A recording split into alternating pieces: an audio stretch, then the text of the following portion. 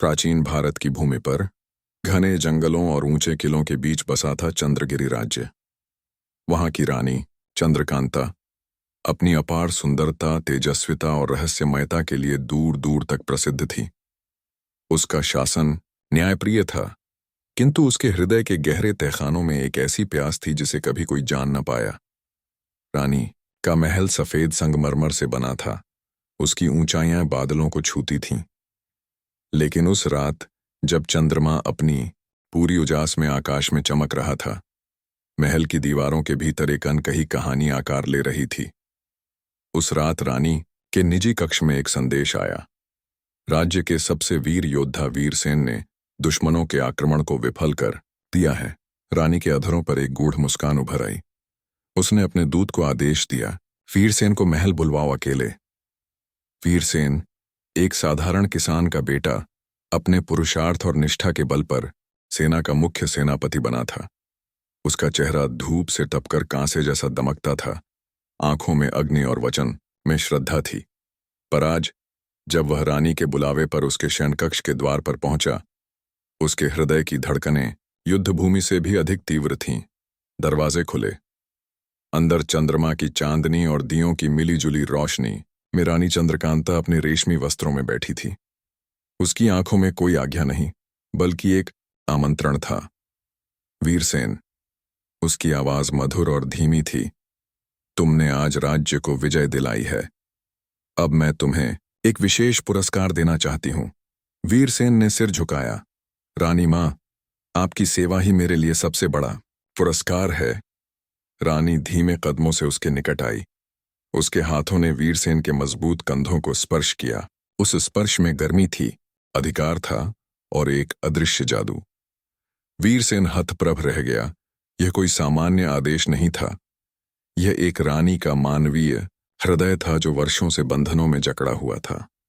चंद्रकांता ने उसकी ठुड्डी को हल्के से ऊपर उठाया और पहली बार उसकी गहरी बेचैन आंखों से सीधे आंखें मिलाईं। उस क्षण जैसे समय रुक गया। केवल दियों की लौ का मध्यम कंपन और उनकी सांसों की गर्मी अस्तित्व में थी। इस रात को, रानी ने धीरे से कहा, सिर्फ चंद्रमा और हम दोनों ही गवाह होंगे। वीरसेन का समर्पण अब केवल कर्तव्य नहीं था, उसमें वासना, भक्ति और अदम्य प्रेम का संचार हो चुका था। रानी ने उसे अपने आलिंगन में भर लिया। उसके होठों ने वीरसेन के होठों को स्पर्श किया, जैसे कोई निषिद्ध मंत्र पढ़ा जा रहा हो। महल के विशाल शयन कक्ष में पर्दे लहराए, दियों की लौ झूमी और दो शरीरों ने एक ही धड़कन में समाहित होने की कसमें खाईं। पर यह रात सिर्फ मिलन की नहीं थी, इसके गर्भ में छिपा था एक प्राचीन रहस्य। जब वीरसेन रानी के स्पर्श से अभिभूत हो रहा था, रानी ने उसके कान में एक भयानक राज फुसफुसाया। चंद्रगिरि के सिंहासन पर बैठने वाला पुरुष या तो मेरा प्रेमी बनेगा या मेरा वध करेगा, तुम्हें चुनना होगा। वीरसेन स्तब्ध रह गया। प्रेम और मृत्यु का ऐसा आमंत्रण पहले कभी न सुना था। चंद्रगिरि के महल में वह रात इतिहास बन गई थी। महल के ऊंचे गुंबदों के बीच चांद की चांदनी छलकती रही और रानी चंद्रकांता तथा वीरसेन एक दूसरे में विलीन हो गए। रानी के रेशमी वस्त्र धीरे धीरे धरती पर गिरते गए और वीरसेन के लोहे जैसे कठोर शरीर पर उसकी उंगलियां नए अक्षर लिखती गईं। वासना, समर्पण और विद्रोह के अक्षर। उनका मिलन केवल शारीरिक नहीं था, उसमें कुछ और भी था, कोई अज्ञात शक्ति, कोई गहरा रहस्य। रानी के होठों पर एक रहस्यमयी मुस्कान थी जब उसने वीरसेन को आलिंगन में कसते हुए फुसफुसाया, तुम मेरे हो वीरसेन, इस जन्म में और आने वाले जन्मों में भी। पर वीरसेन के भीतर एक हलचल थी। वह जानता था, यह सामान्य प्रेम नहीं है। चंद्रकांता के शरीर पर जो पुराने निशान थे, वे किसी साधारण युद्ध के नहीं थे। वे जादुई प्रतीक थे, प्राचीन काल से चले आ रहे किसी शाप के चिन्ह। रात अब के तीसरे पहर जब वीरसेन आधा सोया था, चंद्रकांता चुपचाप उठी। उसने एक गुप्त दरवाजा खोला और अदृश्य सीढ़ियों से नीचे एक भूमिगत कक्ष में चली गई। वीरसेन, जो सैनिकों की तरह हमेशा सतर्क था, उसकी हलचल से जाग गया और चुपचाप उसका पीछा करने लगा। भूमिगत कक्ष में एक प्राचीन वेदी थी, जहां एक काला धुआं उठ रहा था। रानी वहां अकेली नहीं थी। उसके सामने एक वृद्ध तांत्रिक बैठा था, आंखें बंद, होंठों पर कोई गूढ़ मंत्र। तुमने नियम तोड़ दिया, चंद्रकांता वृद्ध फुफकारा। रानी ने सिर झुकाया। मैं प्रेम में हार गई गुरुदेव। वीरसेन को देखकर मेरा हृदय वश में न रहा।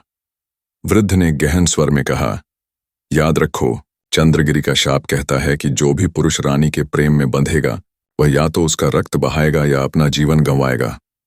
वीरसेन यह सब सुनकर सन्न रह गया। रानी उसे प्रेम से नहीं, अपने भाग्य के बंधन से जोड़ रही थी। कल चंद्र ग्रहण की रात है, वृद्ध ने कहा। या तो उसे बलिदान देना होगा या चंद्रगिरी नष्ट हो जाएगा। रानी ने आंसू भरी आंखों से हामी भरी। अगले दिन महल में उत्सव का माहौल था। बाहर युद्ध की जीत का जश्न मनाया जा रहा था। रानी ने वीरसेन को विशेष भोज में आमंत्रित किया। सभी अतिथि, संगीतकार और नर्तक आए। सोने और चांदी के पात्रों में मदिरा परोसी गई, पर रानी की आंखें बस एक चेहरे को तलाश रही थीं, वीरसेन का। जब वीरसेन उसके समीप पहुंचा, रानी ने उसे देखकर मुस्कुरा दी, पर उस मुस्कान के पीछे छिपा था असह्य दर्द। रात्रि के अंधेरे में रानी ने एक बार फिर उसे गुप्त कक्ष में बुलाया। क्या तुम मुझसे प्रेम करते हो वीरसेन? रानी ने पूछा। वीरसेन ने उसकी आंखों में गहरी नजरों से देखते हुए कहा, रानी मां, मैं आपके लिए अपना जीवन भी न्यौछावर कर दूंगा। रानी ने उसका हाथ थामा और उसे वेदी के समीप ले गई। वहां तांत्रिक पहले से ही प्रतीक्षा कर रहा था। तुम्हें एक अंतिम परीक्षा देनी होगी, रानी ने कांपते हुए कहा। वीरसेन ने बिना प्रश्न किए अपना तलवार आगे बढ़ाया। अपना रक्त इस वेदी पर अर्पित करो और चंद्रगिरी को बचाओ। रानी की आवाज कांप रही थी। वीरसेन ने मुस्कुराकर अपनी तलवार का धार अपने हाथ पर रखा और बिना हिचकिचाहट अपना रक्त वेदी पर टपका दिया। जैसे ही उसका रक्त वेदी को छूता, पूरी भूमि हिल उठी। महल की दीवारें कांपने लगीं। एक तेज चीख हवाओं में गूंजी। ऐसा लगा जैसे कोई अदृश्य बंधन टूट गया हो। रानी चंद्रकांता जोर से चीख पड़ी और भूमि पर गिर गई। वीरसेन दौड़ा और रानी को अपनी गोद में उठाया। चंद्रकांता, उसने पुकारा। रानी ने आंखें खोलीं। उसकी आंखों से आंसू बह रहे थे, पर चेहरा शांति से भरा था। शाप समाप्त हो गया वीरसेन, उसने धीरे से कहा। अब मैं स्वतंत्र हूं। वीरसेन कुछ समझ नहीं पाया। वृद्ध तांत्रिक ने आगे बढ़कर कहा, चंद्रकांता कोई साधारण रानी नहीं थी। वह एक प्राचीन यक्षिणी थी, जिसे स्वर्ग से श्रापित कर धरती पर भेजा गया था। जब तक किसी मानव पुरुष का निष्कलंक प्रेम उसे न मिले, वह बंधनों में बंधी रहती। तुमने उसका उद्धार किया, वीरसेन, रानी ने कांपते होठों से कहा। अब मेरा समय समाप्त हो रहा है, पर मैं वचन देती हूं, किसी न किसी जन्म में लौटकर तुम्हें फिर अपना बनाऊंगी। वीरसेन ने उसे कसकर पकड़ा। मुझे छोड़कर मत जाओ। पर चंद्रकांता का शरीर धीरे धीरे स्वर्णिम धुंध में बदलने लगा। उसकी आंखों में प्रेम, कृतज्ञता और वियोग की गहराई थी।